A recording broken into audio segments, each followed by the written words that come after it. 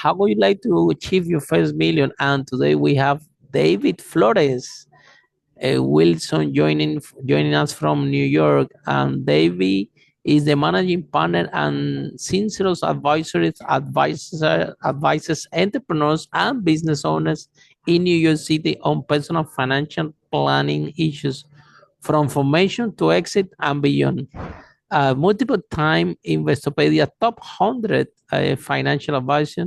His financial guidance has appeared in CNBC, Yahoo Finance, the New York Times, US News, and World Report and Investment News. So, David, tell us, what are the 5 steps you recommend to entrepreneurs in order to make the first million? Welcome to Unstoppable Podcast with Harry Sardinas, inspiring conversations with influential millionaires, investors, thought leaders, entrepreneurs who are making a massive difference with their innovative products and services, and sharing the challenges and wisdom of how they sold their first million. Sure. But first of all, thanks for having me, Harry. I'm excited to be here.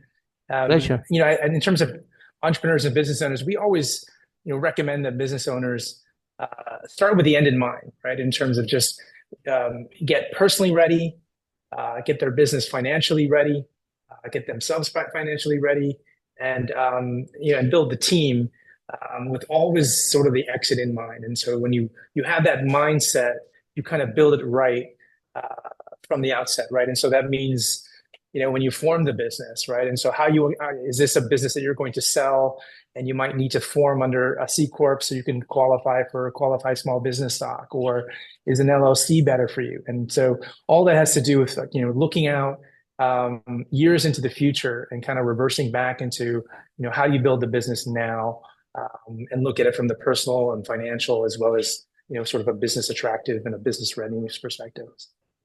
Yeah.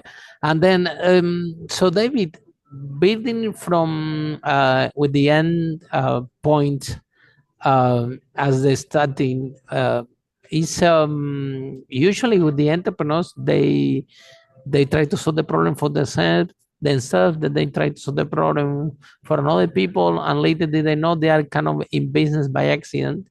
And however, having some guidance and thinking the other way around can make this path really, really easy.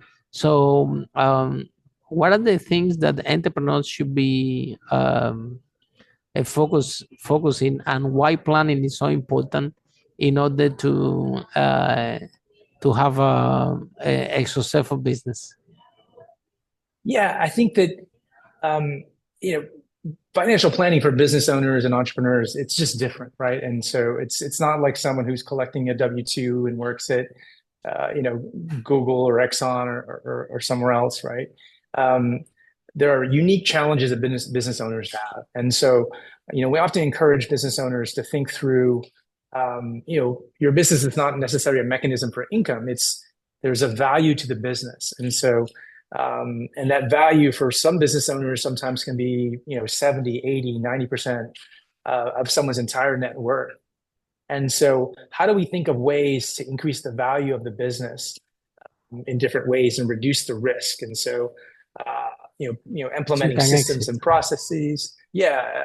Making the business more attractive where, oftentimes business owners, they have 2 or 3 different roles within the business. They're head of sales, 100%, managing everything. And so when you build the business so that it can support infrastructure and reliable systems and processes, that can run without the business owner being there, you build a more valuable business. And so whether you're going to exit or not, you can benefit from a more valuable business by following some of these processes and these sort of best practices, right? Getting a very clear sales funnel and marketing funnel and systems in place, so that way that the owner doesn't have to be the main salesperson, right? And so developing leadership and a management structure within the company, reducing those risks on the technology side or on the legal side, just kind of looking at those things systematically And like looking at the business from the outside, right? Is this an attractive business, and how could I make it more attractive, right? Yeah, I think I always share the story. My cousin, once he called me, he used to have a maintenance company there in UK, and he's calling me and telling me, cousin, you're not gonna believe, you're gonna be so proud of me. I said, really? Tell me about it. And he said, wow, I'm telling no to clients. Can you believe that? I'm doing so well that I have to tell the clients are waiting for me. And the job that we're doing is so spectacular that we have so many reviews. We have hundreds of reviews, and I'm working together with my team hand to hand. There is not any single project that we do that I'm not there working with my team hand to hand, and we are creating an amazing result, and we're doing fantastic. And so, and this was my answer. Number one, never say no to clients.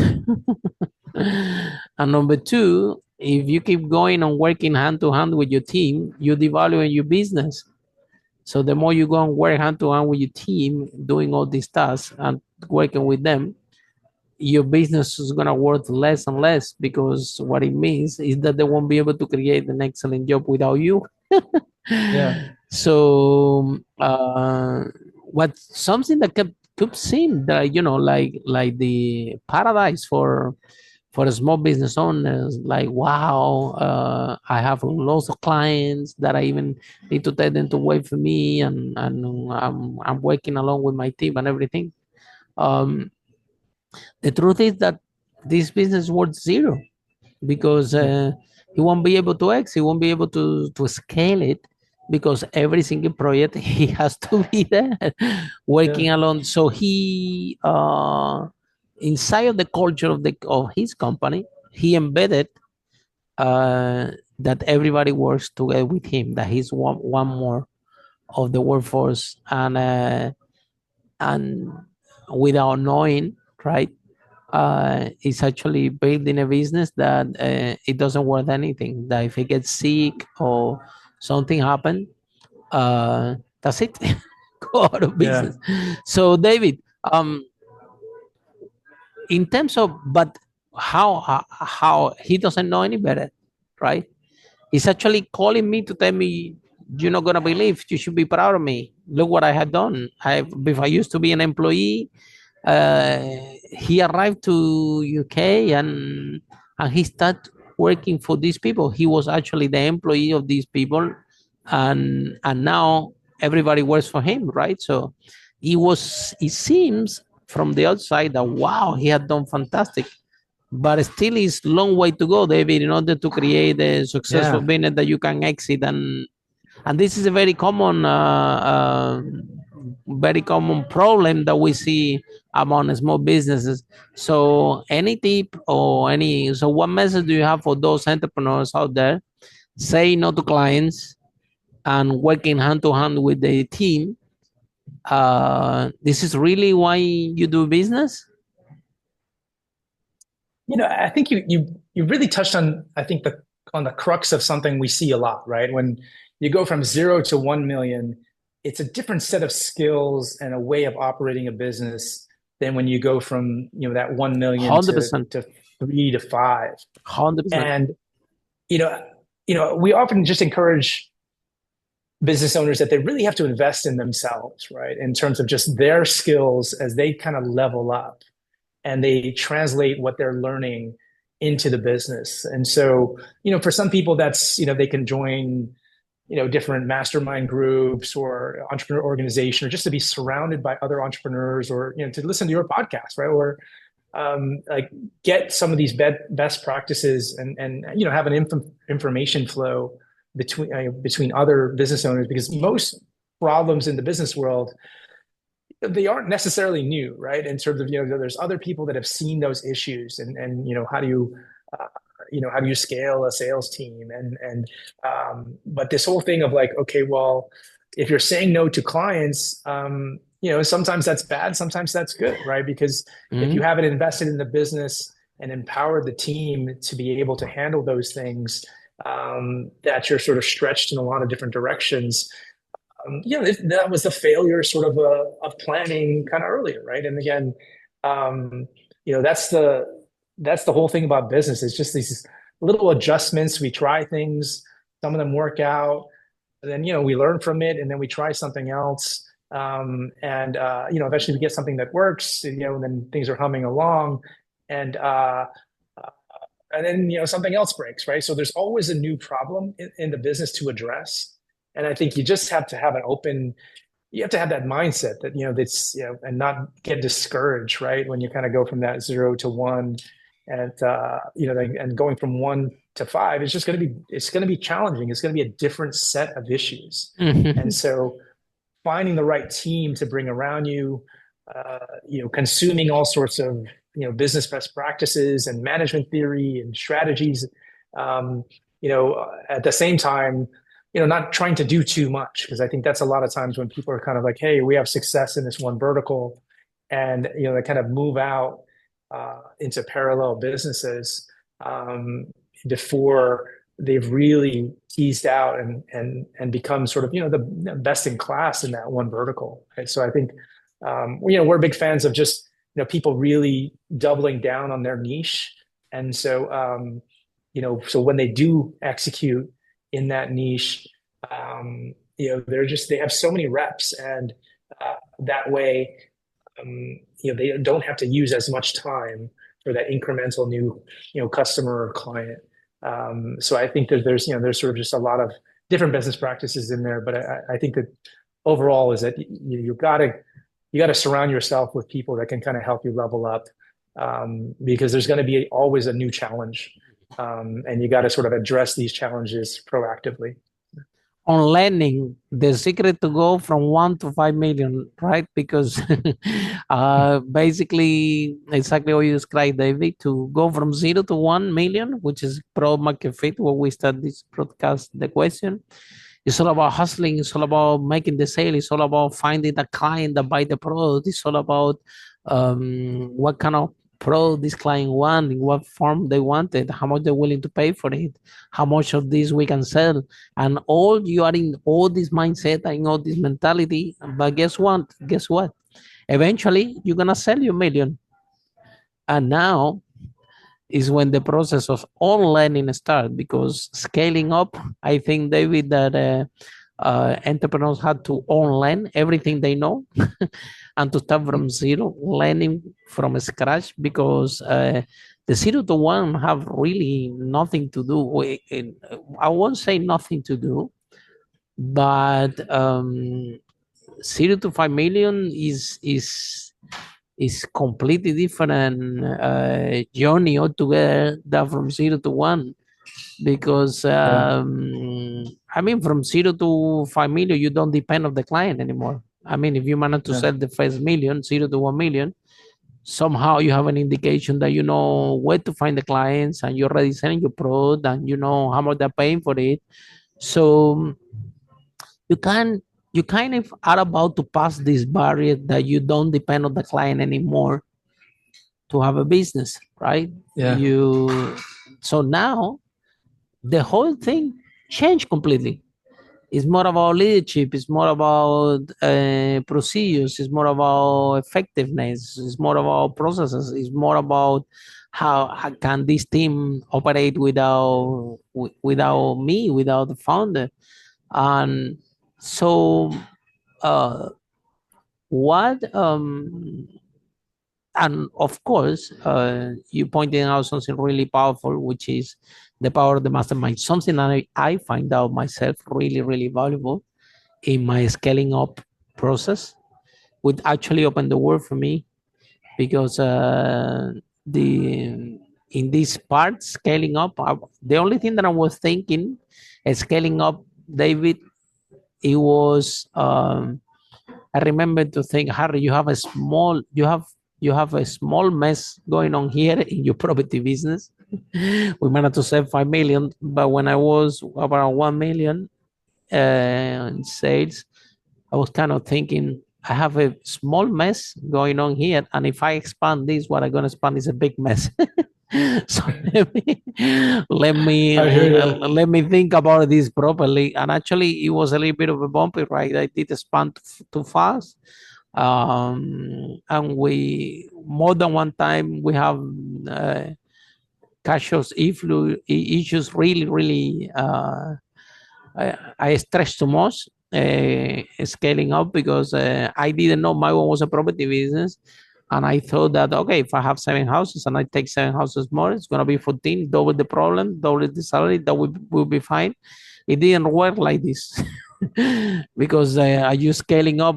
You have the problem of the 7 house, plus the other problem that the other 7 house, plus the problem that this 14 portfolio creates, and now you need to hire an accountant, and now the transactions are growing and you need to pay more for accounts, and now you need the maintenance team 24/7 in the van, which you didn't need by when you have 7 houses. Yeah. And the scaling up process become rather down. Okay, if I double it, I double everything.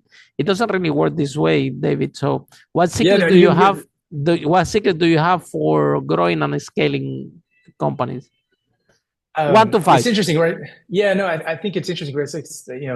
So many businesses from 0 to 1 are the product of grit and volume, right? They're kind of like, okay, well, I work 40 hours and it grow X amount, so now I'm at working 60, or I did 15 sales calls a week, and now I'm doing 30 and 35, and so it just really but you reach the capacity, right, of the owner and the team that you've had, that you can afford at 1 million, and to go further.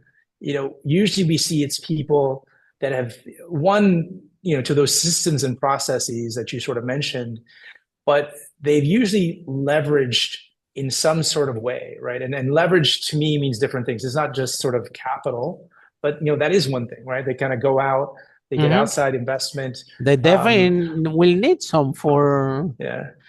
Yeah. for expansion. But the other types of leverage as well, right? To sort of just I did leveraging organically. technology. I did organically, but Yeah. I was tight in cash flow several times in Yeah. the process. Really bad was sometimes. Yeah, no, especially you're sort of a lot of people, it's they work so hard, and then they kind of reach an inflection point, and they sort of recognize, okay, well, now I can put my foot off the gas and take some money out of the business. And oftentimes that's exactly when you sort of need to evaluate what's the rate of return I'm getting in this business. And if it's a pretty good rate of return, if you sort of do that incremental hire or buy that additional piece of equipment, it's frankly oftentimes a lot higher than people can get, for example, in the stock market or in a diversified portfolio. So, we're always saying, hey, like, just, be very judicious about your capital allocation, and what sort of return are you getting? 100%.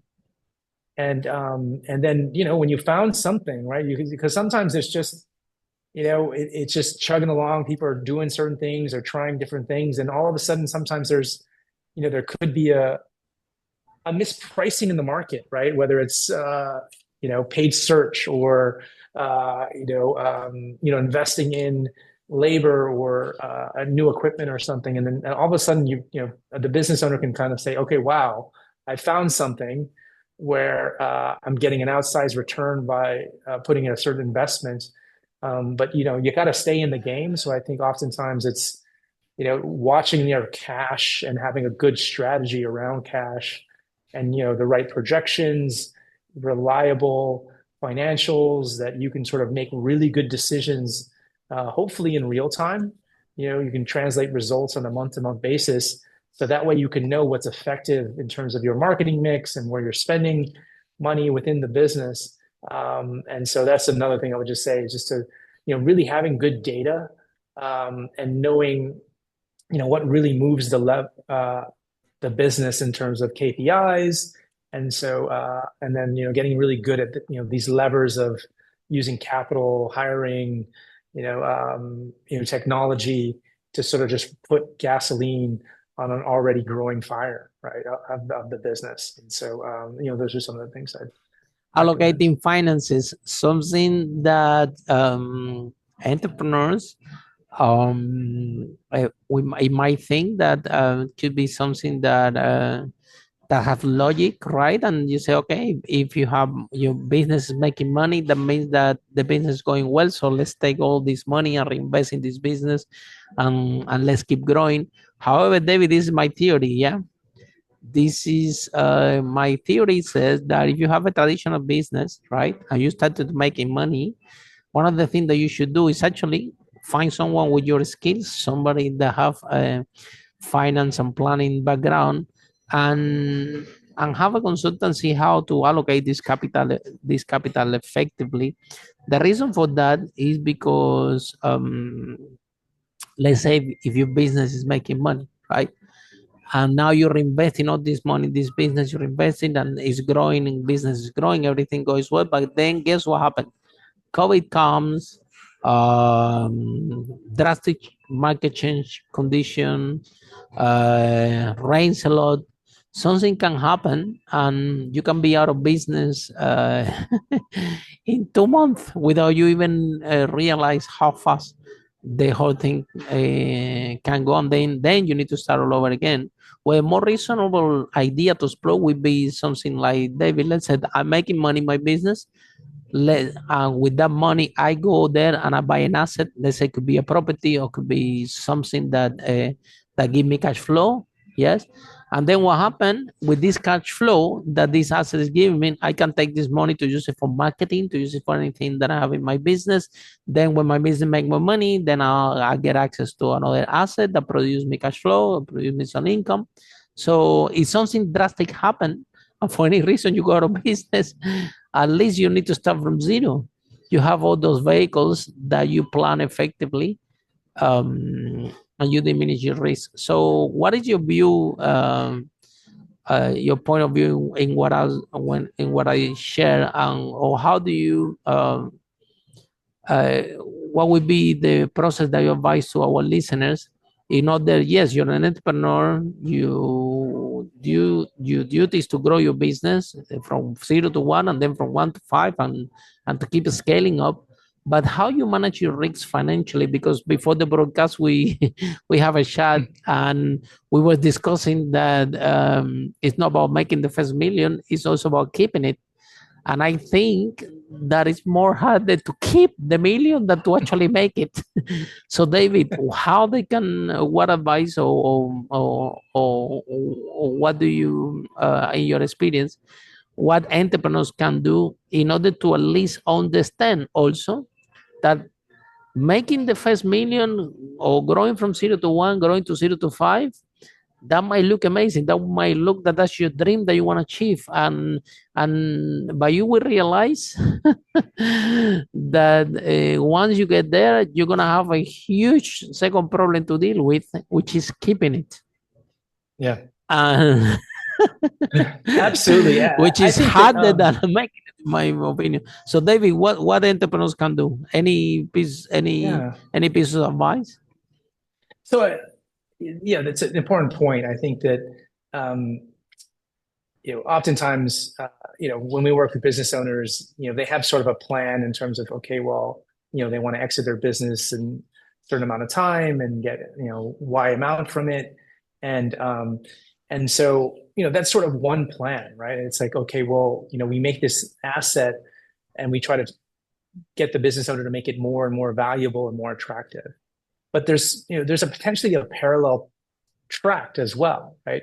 That what's our contingency plan that if we aren't able to sell the business, or the business is not, or market conditions go against us, the industry, potentially gets disintermediated.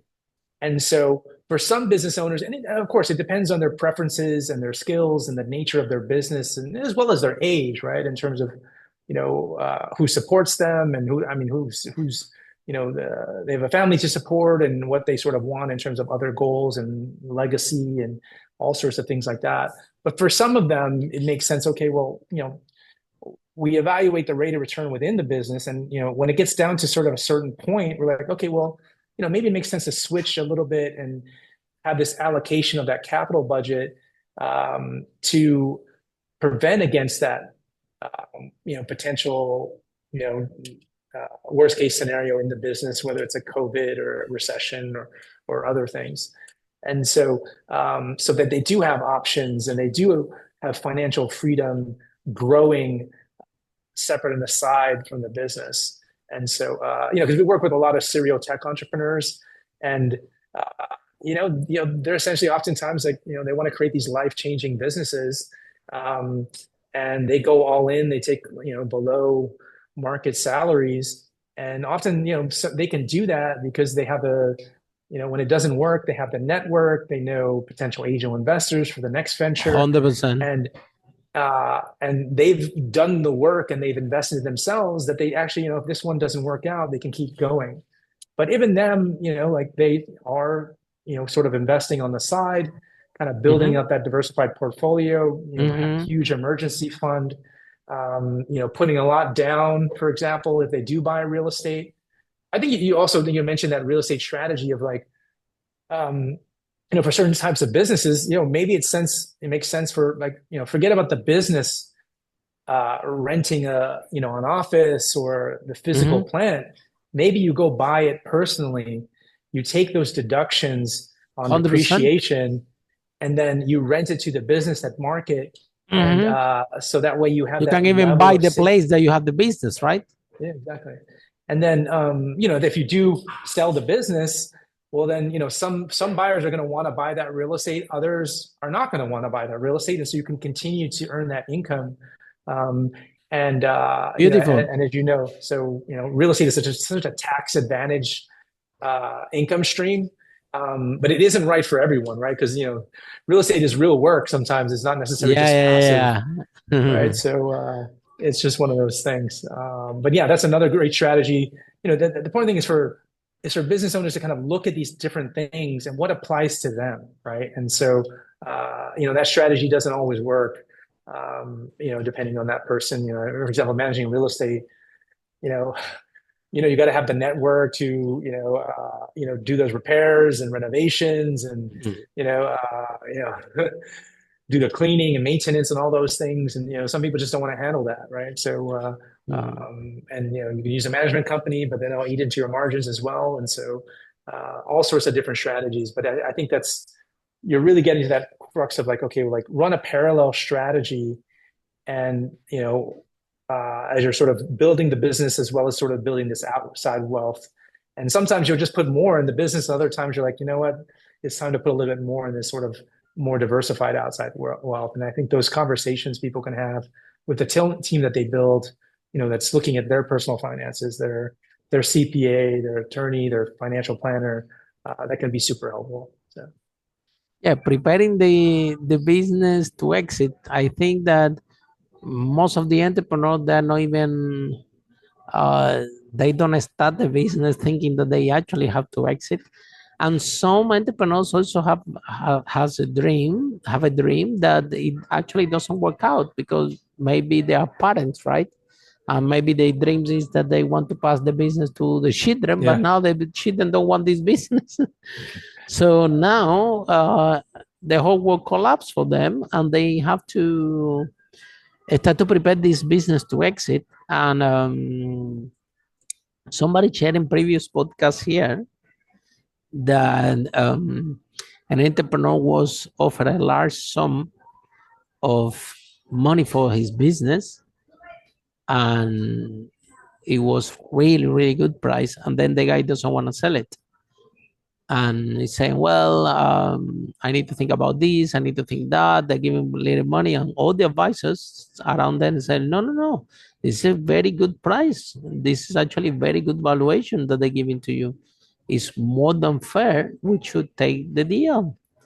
And at the end of the day, what happened deep in the entrepreneur was that he's from a community that everyone is a worker, and everyone is kind of a middle class, and he didn't see himself multimillionaire living there. He thought that he would be and a stranger would become a stranger in his own community. It would become something that he's not really, because he's one more of his community. And it was a big struggle. And again, this was a business that it had to be passed on because Uh, it was no way that anybody in the family want to continue and don't want it to continue, and is all the life work of this person there on the line. He's getting Yeah. older, and he's getting scared about the next step, whether and it might think easy, like, Harry, you crazy, you telling this story? I will save the business and keep up the money. But a lot of people talk about fear Yeah. of failure, but very little people talk about fear of success. We cover this a lot in this broadcast because Yeah. they there is a big fear for an entrepreneur. What I'm gonna do, how people are gonna see me, what now when I wake up, what I do with all this money sitting at home watching TV, and they they don't talk to the business Yeah. because No, they don't that's see any way out. It's very common, right? absolutely, Harry. I think that's, let's face it, as business owners, it's it gives us a lot of purpose, right? Like we wake up every day and whatever your business is, for us, it's impacting people's lives with financial literacy and planning. And for other people, it's their purpose and it's their identity. And the fact that they get to go to work every day, just like with a smile on their face and say, hey, like I manage these people, I impact the community in this way. And it's it fulfills us in a lot of different ways. And so if an offer just comes out of the blue, and people aren't personally ready, right? You haven't done the work in terms of, okay, well, in my post-exit life, what is my week going to look like? And who am I going to spend my time with? And what's going to make me happy and give me purpose? And when I meet people at a party, like, how am I going to introduce myself? Am I going to say I'm retired? Like, or am I going to say that, I do some angel investments and I work in the community, Mm-hmm. or that I'm a Absolutely. On the serial charity business owner. and the Yeah. charity organization by your Yeah. community, right? Yeah. And so, it literally goes down. Sometimes we have business owners, before they ever, walk down the path of exit, is that it's like, okay, well, what's a model week look like for you? Right. You're like, okay, you say you want to play a lot of golf and spend time with the grandkids, and like, okay, well, that's 10 hours a week. What are you going to do with the 108 other hours that you're awake?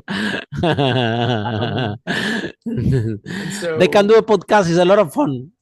yeah, exactly. I'll send them your way. They will never get Um, bored with the podcast. Oh boy. and it's just like, like, how do you create an environment where you're like, okay, but maybe you start to experiment, right? Before you exit the business and say, hey, what are some of these things I really care about? What are my current values and how do I want to spend my time?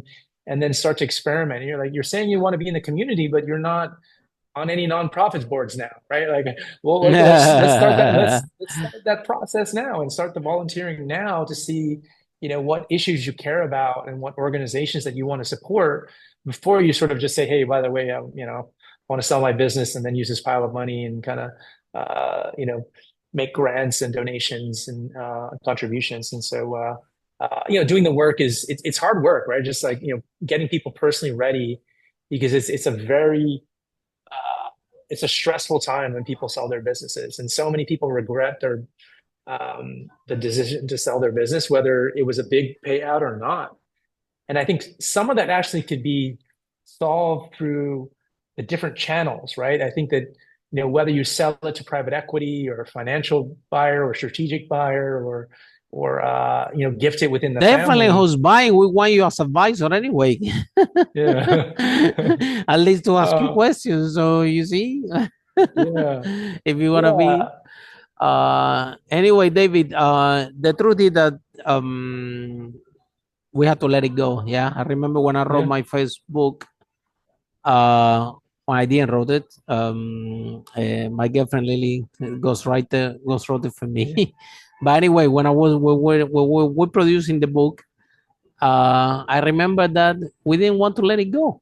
I didn't want to let it go. I'm reading it and say, okay, this is, let me read again. Let me add more. This can be done better. And you hold holding on to the book until what time we need to say, you know what, that's it, we need to let this go. We have to let it go. It's done, it's finished. So with the business, same thing. It's gonna arrive the time for all of you listeners, that for all of you that they are that will get there. Actually, all of you have the capacity to get there.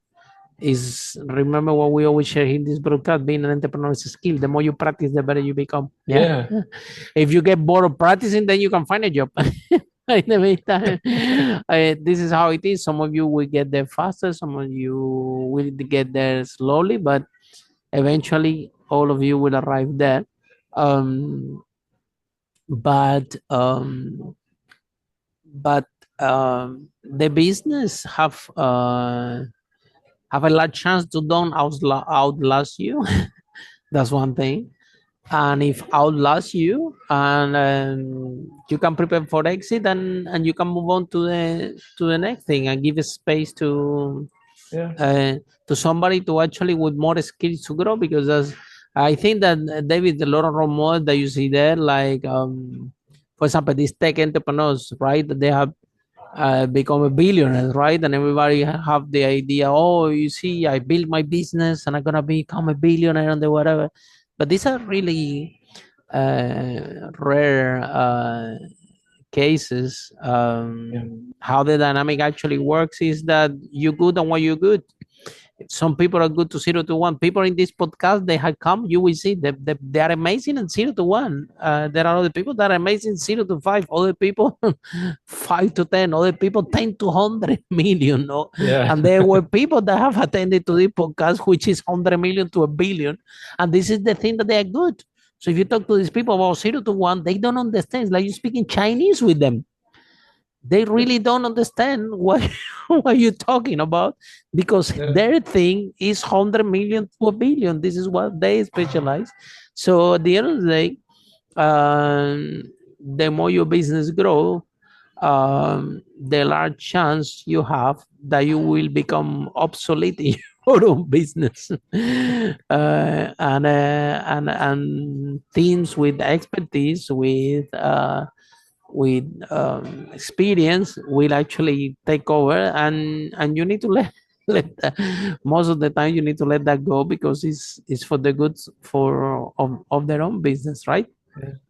Yeah, I think you did mention, right? Like when you do exit, sometimes there is the opportunity to continue with that buyer, right, for a certain amount of time, whether that's a consulting agreements or some sort of earnout where you could get another turn or another additional multiple on the EBITDA you sold. And so I think that's where business owners really need to kind of look inwards, right? Because there's some situations where you are able to keep the name on the door and have legacy continue on in the business. But oftentimes, people sort of say, "Hey, I want to sell to private equity," but private equity oftentimes is looking for add-on businesses for an existing platform, and they just really want to fold you in. And so you got to be okay with your name on the door, or the name that you created, the brand that you created, being folded into a larger organization. But there's other options as well, right? There's ESOPs, employee stock ownership plans, where essentially people can sell their business to a retirement plan that it's owned by a trust, and then the trust kind of gives the employees and other management shares of that entity. And usually business owners can sell a fraction of what they hold, stay in the business, participate in any sort of upside, because all of a sudden you created a business that's maybe more owned by the employees and the management, and so they're incentivized to grow the business a little bit more than when they didn't have an ownership stake. And so just highly encourage owners, if they are going to go through exit planning, there's just such a spectrum of options. And so getting educated on these kind of different options and kind of getting ready from the business, personal, and financial perspective just makes a lot of sense. And we have hundreds of ideas that they can do, right? Exactly. But please let it go, let it go, so you can be free. You see, sometimes they're thinking that this is all they have, that business, and if they let it go, they're not gonna have anything else. And this is not true. This is only in your mind. Yeah. Is And this is a process that that with an expert like David will be more easy. And to make sure, we believe from this broadcast that all entrepreneurs should be happy, wealthy, and healthy, right? And and the best way of doing this is, in different part of your life you have to give importance to different things, right? It's not only uh, the business. For me, for example, I'm taking a lot of consideration my health now.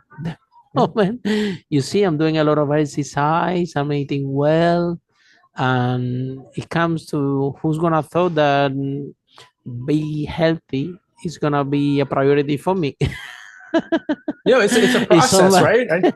is Like what's somebody, is somebody that have made me think that this is gonna be one priority for me? That we said from Harry, no way.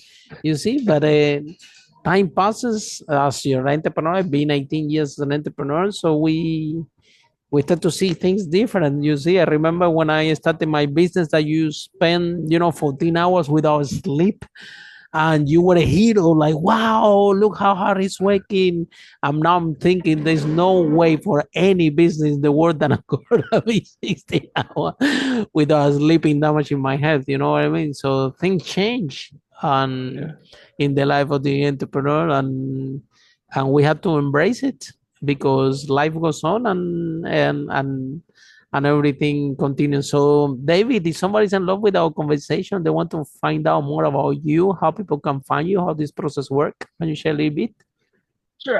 If they just Google David Flores Wilson, they can find our financial planning blog or book a time on our website, or connect on LinkedIn. So Thank you so much, David. That has been fantastic.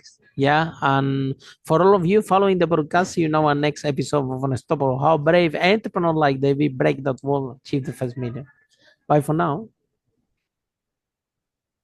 Follow us for more interviews with world's most influential, audacious entrepreneurs that overcame challenges and adversity, providing you with the blueprint of how they sold their first million so you can grow your business exponentially.